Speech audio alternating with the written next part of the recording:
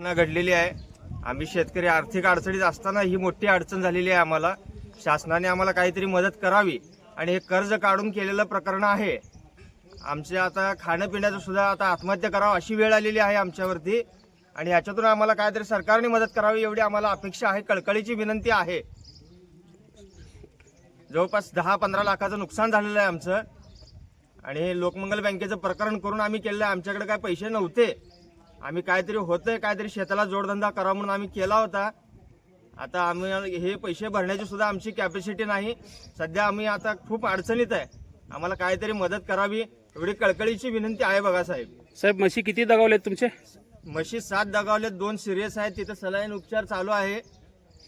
आता शासनाकडून तुम्हाला हे पूर्ण भरपाई मिळण्याची शासनाकडून आम्हाला भरपाई मिळावी एवढी अपेक्षा आहे, आशा आहे आणि विनंती ही आहे। हे लास्ट पर्याय नाही तर आम्ही जीवाचं वाईट बरं काहीतरी करण्याची आमच्यावरती वेळ येईल। जर बँकेने आमच्यावरती जर असं याच्यातनं सहकार्य जर काय झालं नाही, आम्हाला जर काय नाही मिळालं तर आमचं काय खरं नाही। 10-15 जणांचं कुटुंब आहे आमचं, आमचं सगळं उदरनिर्वाह ह्याच्यावरती आहे, शेती तुटपुंज आहे। जेणेकरून शासनाकडून तुम्हाला हे सगळं झालेली घटनाची तुम्हाला मदत मिळावी ही अपेक्षा आहे। हां, ओके, धन्यवाद।